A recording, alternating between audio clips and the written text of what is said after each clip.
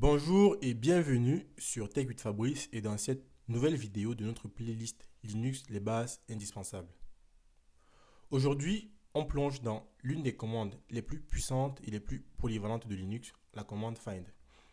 Que vous soyez débutant ou utilisateur avancé, find est un outil incontournable pour explorer, organiser et gérer vos fichiers du répertoire. En guise d'introduction, je vous ai mis la formule générale de find sous deux formes. Alors, pour utiliser find, on commence par le mot-clé find. Ensuite, on choisit le répertoire dans lequel on souhaite effectuer la recherche. Puis, on commence par les options. En termes d'options, on peut avoir par exemple l'option name qui permet de filtrer sur le nom, qu'on veuille rechercher le nom complet parce qu'on le connaît déjà, ou alors juste parce qu'on connaît une expression contenue dans le nom au début, ou alors plutôt à la fin. On peut utiliser l'option name. Également, c'est aussi valable si on connaît une expression qui est quelque part dans le nom. Par exemple, on a mon répertoire ABC, la fin de mon répertoire. Il suffira de mettre ici étoile ABC et étoile et on pourra retrouver le chemin complet de notre fichier. Également, j'ai mis type d'action et action parce qu'une fois la recherche faite, on peut demander en ligne de commande d'exécuter par exemple un ls-l pour voir plus de détails sur le fichier qu'on a trouvé ou même de le supprimer avec rm-rf. Bien, dans cette vidéo, nous verrons comment utiliser find pour effectuer des recherches avancées basées sur le nom, le type, la taille, la date, l'utilisateur qui a les droits d'honneur sur le fichier ou le dossier, le groupe aussi auquel appartient l'utilisateur. On pourra faire une recherche par permission et enfin on pourra faire une recherche de fichiers vides et par exemple faire une action comme la suppression de fichiers vides. Alors, nous allons aussi illustrer chaque option avec des exemples concrets en utilisant notre environnement de test spécialement contenu pour cette vidéo. Alors, c'est quoi l'environnement de test? Mon environnement de test est un ensemble de dossiers. Donc, si je fais ls-l dans tmp, vous allez voir qu'il y a trois grands dossiers que j'ai créés, admin, école, élèves et professeurs. Si je veux avoir un aperçu de leur contenu, je fais une recherche récursive, comme ça, dans tmp. Et là, du coup, vous voyez, on a admin, élève, professeur. Dans admin, école, on a un ensemble de fichiers. Il y en a qui sont en .txt, il y en a qui sont en CSV. Et pareil, dans le dossier élève et dans le dossier professeur, vous avez plein de fichiers en TXT et en CSV. Donc, on va pouvoir s'amuser avec la recherche de fichiers. Par la suite, vous apprendrez également à combiner find avec d'autres commandes comme exec pour des actions automatiques, que ce soit pour rechercher des fichiers critiques, nettoyer un système ou auditer la sécurité. Find deviendra votre meilleur allié. Sans plus tarder, on va commencer. Du coup, on va commencer par la commande la plus simple. Avant ça, je nettoie mon écran avec la commande clear en minuscule. Comme ça. Du coup, on va commencer par la commande la plus simple qui permet de faire la recherche par nom. Et on va trouver uniquement le fichier note.csv dans le répertoire tmp. On suppose qu'on ne sait pas exactement dans quel dossier est le fichier note.csv. Alors, la commande qu'il faut taper, c'est la suivante. Find. Je mets le répertoire tmp. Je ne sais pas dans tmp. Il y a juste un slash ici. Je ne sais pas dans tmp où exactement est mon fichier. Maintenant, je dis option name. Par contre, je sais comment mon fichier s'appelle. Il s'appelle note.csv. Ça, c'est très pratique. Ici, on avait juste 3 dossiers. Vous imaginez si vous avez 10 dossiers avec plusieurs sous-dossiers dedans. C'est très pratique. Find vous permet de non seulement retrouver votre fichier, mais il vous donne le chemin complet vers ce fichier. Par exemple, chose importante, si vous faites votre recherche et que vous omettez, par exemple, vous ne savez pas s'il y a des majuscules et des minuscules. Par exemple, si je fais note.csv comme ça, en majuscule, note.csv, comme ça en majuscule, il ne va pas trouver. Pareil, si je fais CSV et que je commence par un grand N, il ne trouve pas non plus. Par contre, si je laisse ça comme ça et que je mets juste i devant name pour insensible à la casse, insensitive, là, il me retrouve bien mon chemin. Donc, ça, c'est la recherche par nom. Ensuite, on peut commencer à voir la recherche par début de nom. Donc, un nom commençant par une expression. Par exemple, on va essayer de trouver tous les fichiers ou dossiers dont le nom commence par élève dans TMP. Donc, pour ça, pareil, on fait find / TMP.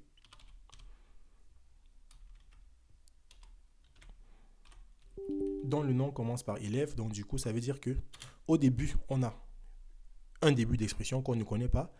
C'est étoile. Et si on met étoile dans une commande sur Linux, il faut l'échapper avec des guillemets comme ça. Et ensuite, on sait que pardon, étoile c'est à la fin parce qu'on sait que ça commence par élève, pardon. On met élève. Voilà, on sait on veut des fichiers qui commencent par élève, quelle que soit la fin, tous les fichiers dont le nom commence par élève. Je disais tantôt, lorsqu'on utilise étoile, il faut pouvoir l'échapper et mettre l'expression totale dans des guillemets.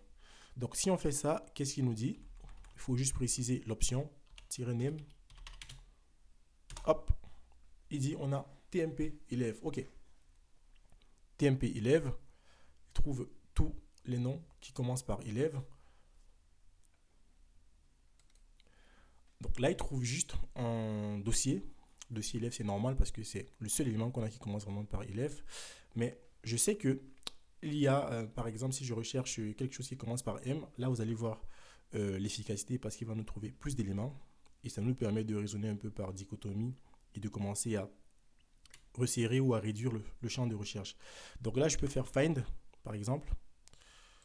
Je peux reprendre la commande et je fais find. Au lieu de rechercher élève au début, je cherche tout ce qui commence par M et puis qui finit par une expression que je ne connais pas dans mon /tmp. Là, du coup, si je cherchais par exemple les matières des élèves, je suis servi parce que là, j'ai matière principale, membre hiérarchique et matière élève. Et surtout, je le précise, il vous dit exactement dans quel dossier se trouve chacun des fichiers que vous êtes en train de chercher. Pareil, si je recherche des fichiers et que moi je veux juste me baser sur l'extension, donc je veux la liste de tous les fichiers CSV que j'ai, parce qu'il y a plein de fichiers CSV dont j'ai oublié le nom et dont j'ai besoin actuellement. Il suffit juste de mettre CSV et au début, on ne connaît pas l'expression. Donc ça peut être toto.csv, tata.csv, etc. Alors, on a mis CVS, CSV. Hop, donc là, du coup, on a les infos sur les profs, matière principale, les résultats. Ici, on recherchait par exemple une note. Du coup, c'est plus facile comme ça parce que là, on peut voir le répertoire. Comme je le répète depuis, on peut voir le répertoire et on a moins de fichiers que si on va directement dans TMP pour faire notre recherche.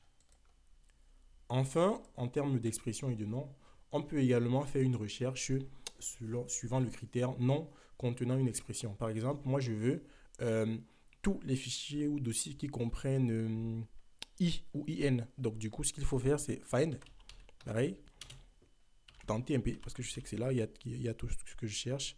Ensuite, je mets l'option -name. Je vais utiliser étoile. Donc, je mets la côte. Je sais qu'il y a i dedans, ou in, hein, on va voir. Quelles sont les solutions? Alors, il ne trouve pas avec in.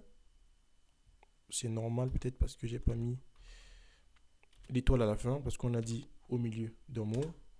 Donc là, du coup, il vous trouve info, prof, principal, info budget, déploiement infra TP, info.csv. Donc c'est très pratique du coup de faire une recherche sur le mot ou sur le nom d'un fichier. Juste il faut qu'on ait une idée de la fin, du début ou d'une expression qui est contenue au milieu de ce mot. Maintenant, on va regarder aussi la recherche par type. La recherche par type, je vous l'ai présenté dans les sommaires ici. Pour recherche par type, on a type D, type F principalement, donc on peut rechercher par fichier ou par dossier.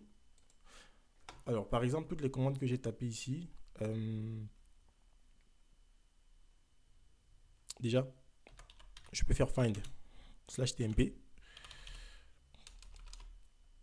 avant de personnaliser les commandes que j'ai déjà tapées, find.tmp, et je dis que je veux juste que tu m'affiches les fichiers. Donc là, il ne m'affiche pas le dossier élève, le dossier professeur, etc. Il m'affiche juste les fichiers. Je peux également dire que je veux juste les dossiers. Il m'affiche juste les dossiers. Donc pour commencer à combiner, on peut combiner les options. Je peux lui dire, ok, je veux que les dossiers, et je veux les dossiers dont le nom commence par donc code M. Je connais pas la fin. Alors, dossier, on n'en a pas, c'est normal, on n'a pas des dossiers qui commencent avec M. Mais par contre, on a des fichiers. Donc, on peut commencer à combiner les options avec Find. Donc, je nettoie rapidement mon écran. Et on va passer à l'autre type, du coup, c'est par taille. On peut rechercher, du coup, des fichiers par taille. Et pour ça, il faut juste savoir utiliser l'option Size. Donc, pareil, je fais Find dans mon TMP, le répertoire dans lequel j'ai mis notre laboratoire, Size, et je lui dis tous les fichiers qui ont moins d'1 méga. Alors, moi, j'ai pas mis grand chose là-dedans. Dans mes fichiers, hop, pas d'informations, donc ce sera presque tout le monde. Ok. Si je lui dis plutôt les fichiers qui ont plus d'1 méga, c'est plus comme ça. J'en ai pas. Si je lui dis les fichiers qui ont plus de 100 kilooctets, hop, une valide size, peut-être que c'est petit k, comme ça. Voilà, plus de 1 kilooctet, voilà. C'est ces fichiers-là. Je dis les fichiers qui ont les moins de 1 kilooctet. Donc, ça peut aussi être un fichier, ça peut aussi, pardon, être, moi j'ai mis moins de 11, c'est pour ça qu'il y a presque tout. Ça peut aussi être un bon critère de recherche si vous savez que le fichier que vous recherchez, c'est un fichier dans lequel vous mettez beaucoup de choses. Par exemple, les informations sur tous les élèves qui sont passés dans votre école depuis, par exemple, si vous êtes admin dans une école, dans l'école depuis plus de 5 ans. Je suppose que c'est un fichier qui doit être assez volumineux et le critère recherche par taille peut être très pratique pour rechercher exactement ce que vous voulez. On continue et on nettoie notre écran, clear.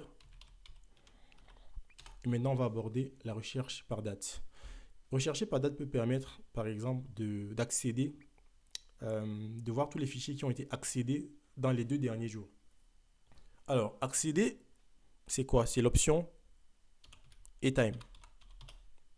Et comment est-ce qu'elle s'utilise? Il faut mettre find avant, pareil. Il faut mettre le répertoire de recherche, TMP. Ensuite, et time, depuis, dans les 2 derniers jours, ça veut dire entre avant-hier et aujourd'hui. Donc, c'est moins. Il y a moins de 2 jours. Donc, ces répertoires-là, je les ai créés aujourd'hui. Donc, ils ont tous été accédés il y a moins de 2 jours. Si je veux voir les répertoires qui ont été accédés il y a moins d'1 jour, pareil. Il y a plus d'1 jour. Je ne pense pas que j'en aurai ici parce que je viens juste de créer cette machine. Donc, c'est normal. Également, on peut voir les dates de modification de l'ordre de la minute. Donc, on peut voir les accès, fichier répertoire accédé ou fichier accédé. C'est emin. Il y a moins de 1 minute.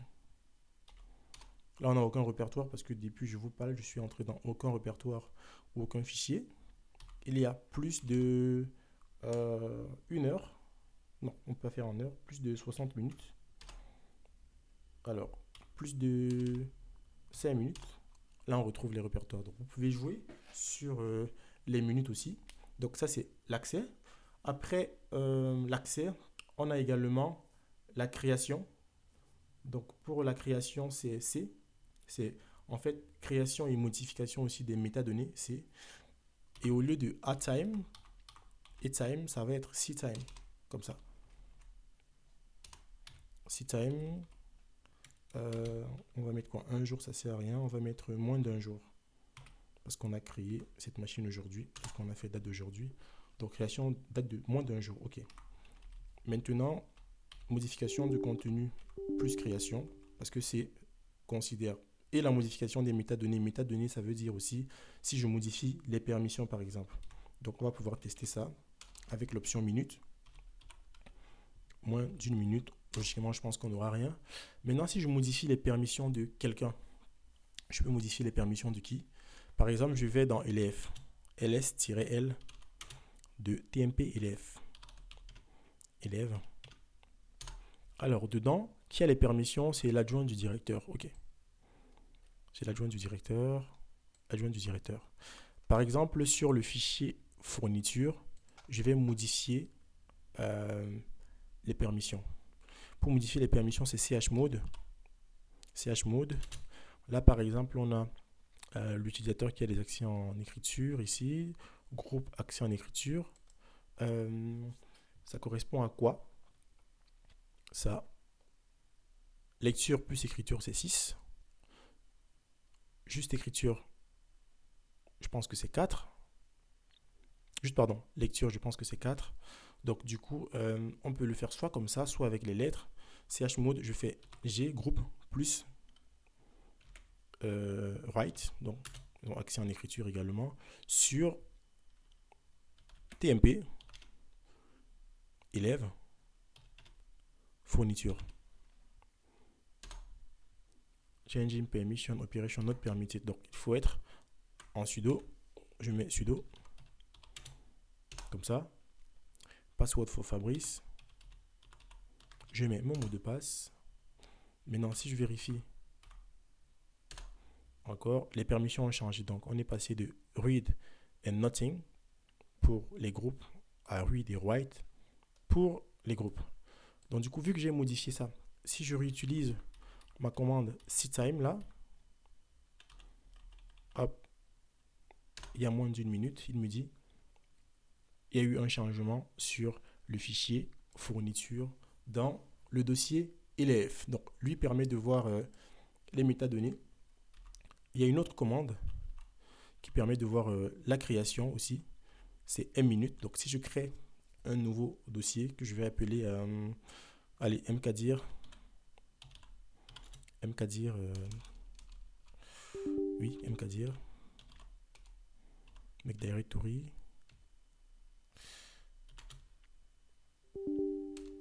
Je le crée dans TMP. Et je l'appelle test, comme ça. Testdir. Voilà, testdir.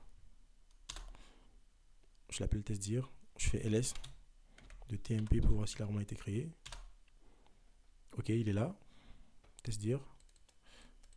Maintenant, ce que je fais, c'est que je fais un find dans mon TMP. Et je mets le critère modifier ici. Modifier il y a moins d'une minute.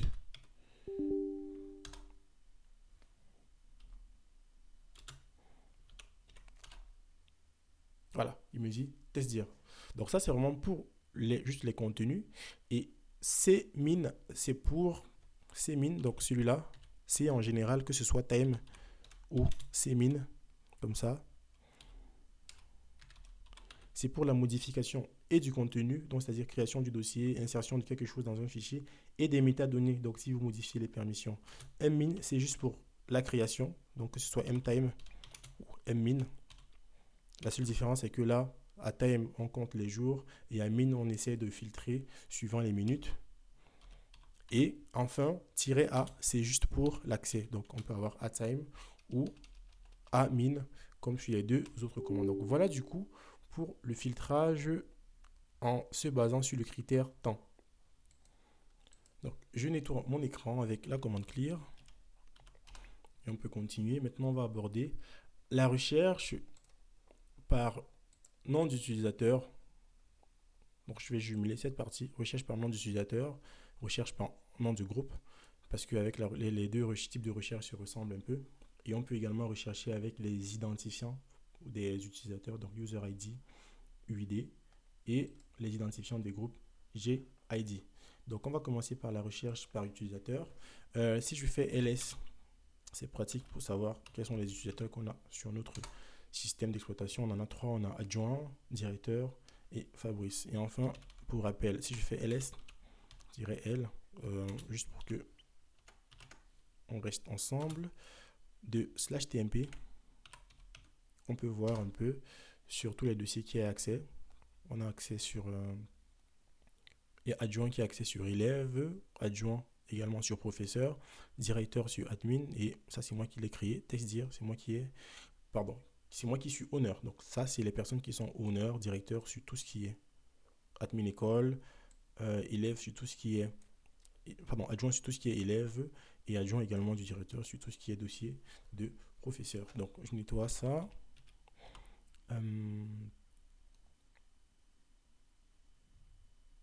Je m'étais mis honneur de quelque chose ici. C'est pas grave. Ok, pas grave. Ok, je dois ça. Ensuite, on va voir, je disais, du coup, comment rechercher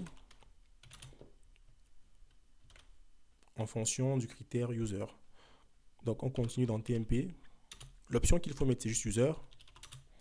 Et on a vu les users qu'il y avait. Donc, on va voir un peu tous les fichiers dans TMP. Dont le owner, c'est le directeur. Là, on voit tout. Admin école, résultats, admin école, diplôme, rôle, etc. On donne tout le chemin complet. Également, on peut voir tous les fichiers et dossiers dont le owner est l'adjoint. Et là, il en a plus parce que vous vous souvenez, il a accès il est à la fois owner sur le dossier professeur et sur le dossier élève. Donc, c'est lui qui gère tout ça. Ok. On peut également faire une recherche sur l'ID du user. Et pour ça, il faut mettre UID. Mais avant, on va essayer de deviner, de trouver, l'ID par exemple de directeur. Hop. C'est quoi son ID? Alors, on l'écrit, directeur, tac. Alors, son UID, c'est 1001. Donc, si on a oublié son nom de user et que dans le système, on connaît son UID parce qu'il a eu à manipuler des fichiers ou s'il est supprimé et que quand on regarde les fichiers qu'il possédait, on peut retrouver son UID. Tout à l'heure, par exemple, on va créer un utilisateur, le supprimer et vous verrez qu'on peut toujours voir son ID. Donc, une recherche par ID, ça ressemble à quoi? Pareil, c'est find. Je vais reprendre ça. Et ici, au lieu de user, c'est UID. Et là, la valeur, c'est 1001. Et là, du coup, on a toujours accès au même résultat en ce qui concerne le directeur. Donc, c'est la même chose pour les groupes. Donc, si je veux faire une recherche par groupe, je récupère ce que j'ai fait pour le user. Non, je vais le réécrire. C'est plus pratique pour apprendre. TMP. Je mets groupe. Ensuite, on peut récupérer quel groupe par exemple? Directeur et du groupe. Directeur, pareil. Vous vous souvenez, lorsque vous créez un utilisateur, le système lui crée un groupe associé du même nom. Donc là, du coup, on voit tous les dossiers dont l'utilisateur qui est owner fait partie du groupe directeur. Ensuite, pareil, on peut voir ça pour le groupe adjoint. Maintenant, on peut également faire une recherche avec le groupe ID. Donc, ce sera pareil. On aura find. Je l'ai fait avec UID. Et groupe ID, si je me souviens bien, c'est GID. Le groupe ID, c'est 1001, pareil. Ok, pas de problème. Et là, on a le résultat. Donc, maintenant, on va essayer de faire un cas d'utilisation. Donc, je nettoie juste rapidement. Tac. Et du coup, nous, on va créer un utilisateur. Ensuite, on va le supprimer. Non, avant de le supprimer, on va juste lui donner accès à un fichier qu'on aura créé. Et on va voir en fait si on réussit toujours à retrouver en fait le fichier en se basant sur l'ID de l'utilisateur. Donc, on va créer un nouvel utilisateur. La commande, c'est sudo useradd.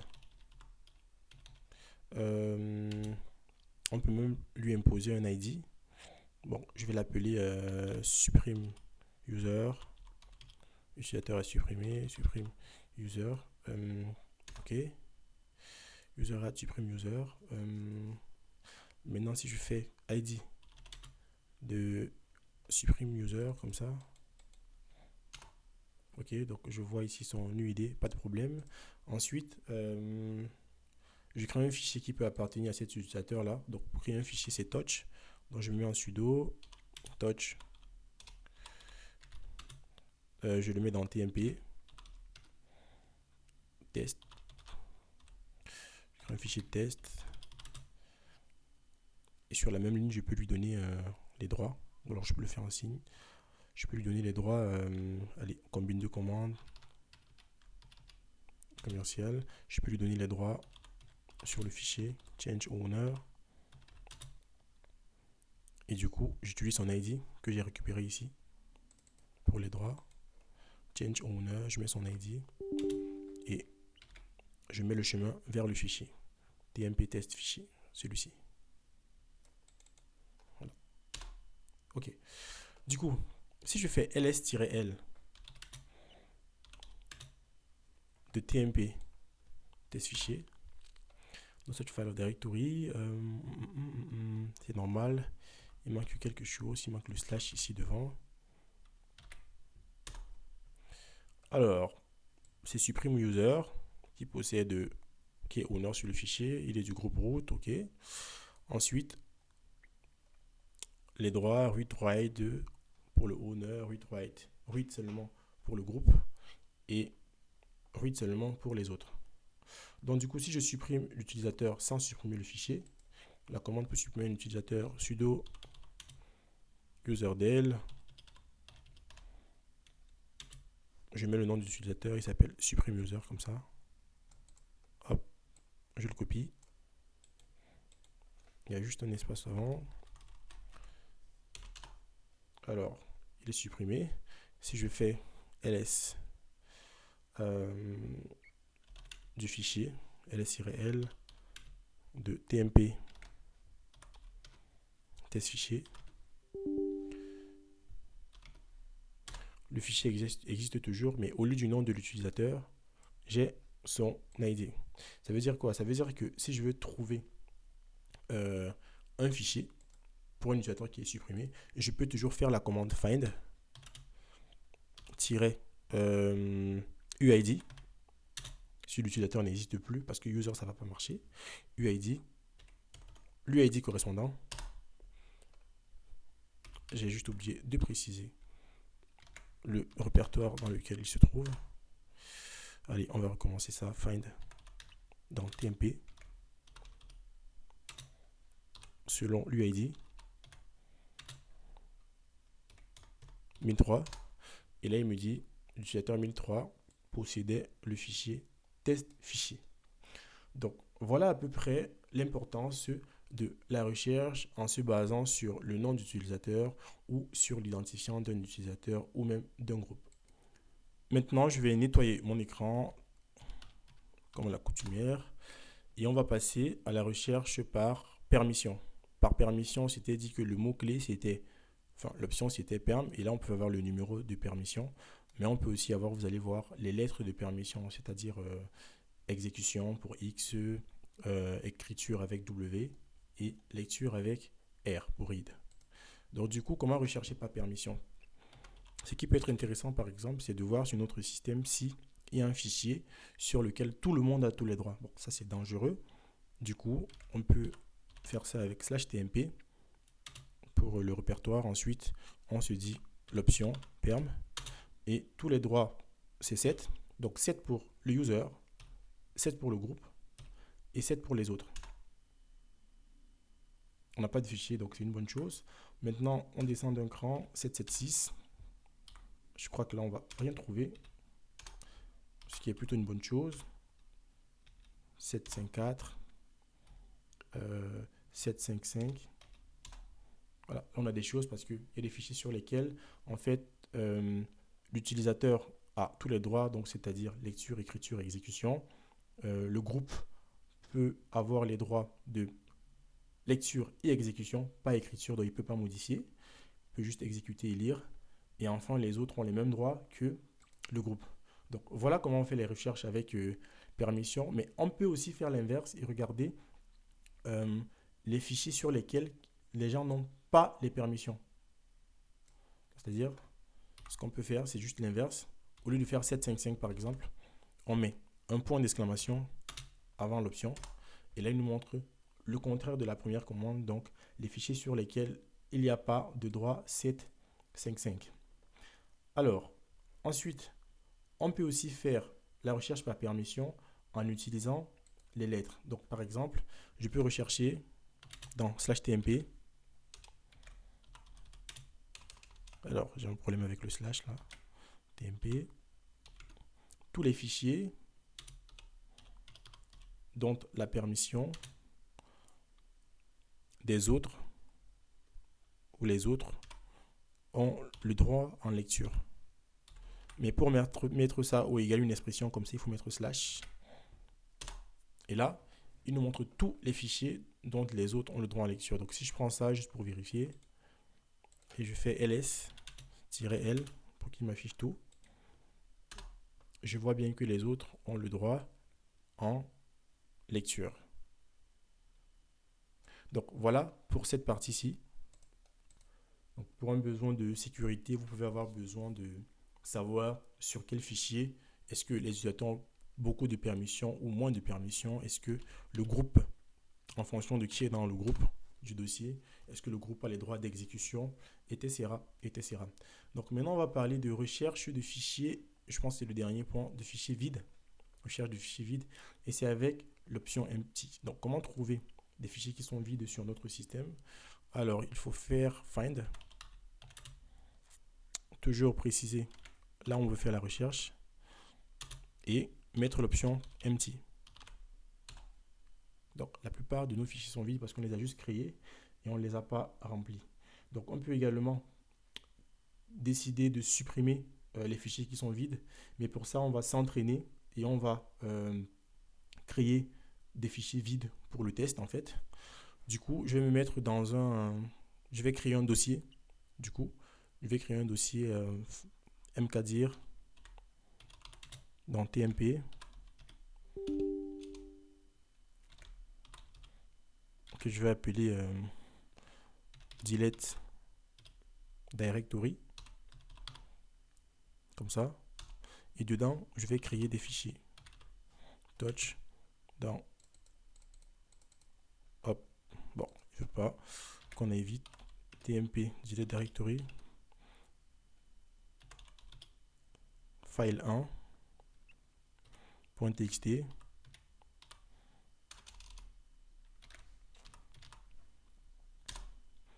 Je prends la même commande. Je crée file 2. La même commande, je recrée file 3. Et là, j'essaie de faire un ls dans tmp. Delete. Et je vois mes trois fichiers. OK. Donc, du coup, si je fais find dans tmp,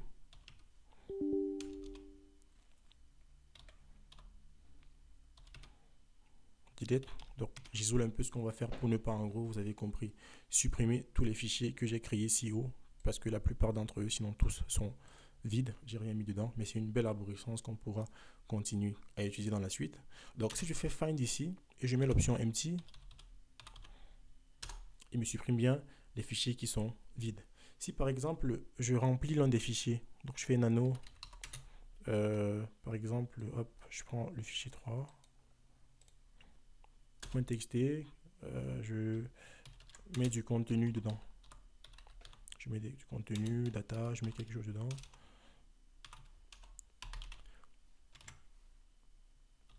J'enregistre avec CTRL-X. Je refais la même commande. Là, il ne le trouve plus. Donc, à cette commande-ci, on peut associer d'autres commandes. Donc, par exemple, je peux rechercher les fichiers qui sont vides. Et je me dis, les fichiers qui sont vides ne servent à rien, puis je les supprime. Donc, à ça, du coup, je peux ajouter la commande exec rm, et pour dire que tu supprimes les fichiers que tu vas trouver, il faut mettre deux accolades pour dire que tu supprimes. Tu fais une action sur les éléments que te renvoie la commande find. C'est avec l'accolade, les deux accolades qu'on récupère les éléments. Exec pour écrire une commande bash, donc rm, du coup supprimer. Si c'était des dossiers, j'aurais mis rm-rf pour de façon récursive et forcée. parce il va pas vouloir supprimer d'un coup si ce sont des dossiers. Mais là, comme c'est des fichiers qui ne contiennent pas d'autres fichiers, c'est que des fichiers qui contiennent des données à la limite, euh, du coup, je peux juste mettre RM. Et après, du coup, exec se termine par un point virgule. Mais je ne peux pas mettre le point virgule comme ça, il faut que je l'échappe avec un anti-slash. Donc là, du coup, voilà la commande pour supprimer. Et si je fais ls dans tmp delete, je me rends compte que les deux fichiers qui étaient vides ont été supprimés. Il reste juste le fichier 3 qui n'a pas été supprimé. Alors, donc, ça, c'est tout pour cette partie. En bonus, il y a les redirections. Donc, à la fin d'une commande, en fait, vous pouvez mettre une redirection. Donc, c'est-à-dire, vous dites s'il y a des messages d'erreur qui s'affichent, vous me l'envoyez dans /def /nul, comme ça. Et ça, c'est très pratique pour les fichiers sur lesquels on n'a pas les droits d'habitude, parce que si on n'a pas les droits sur un fichier et qu'on fait une opération, il va nous renvoyer des informations comme permission, permission non accordée, etc., etc.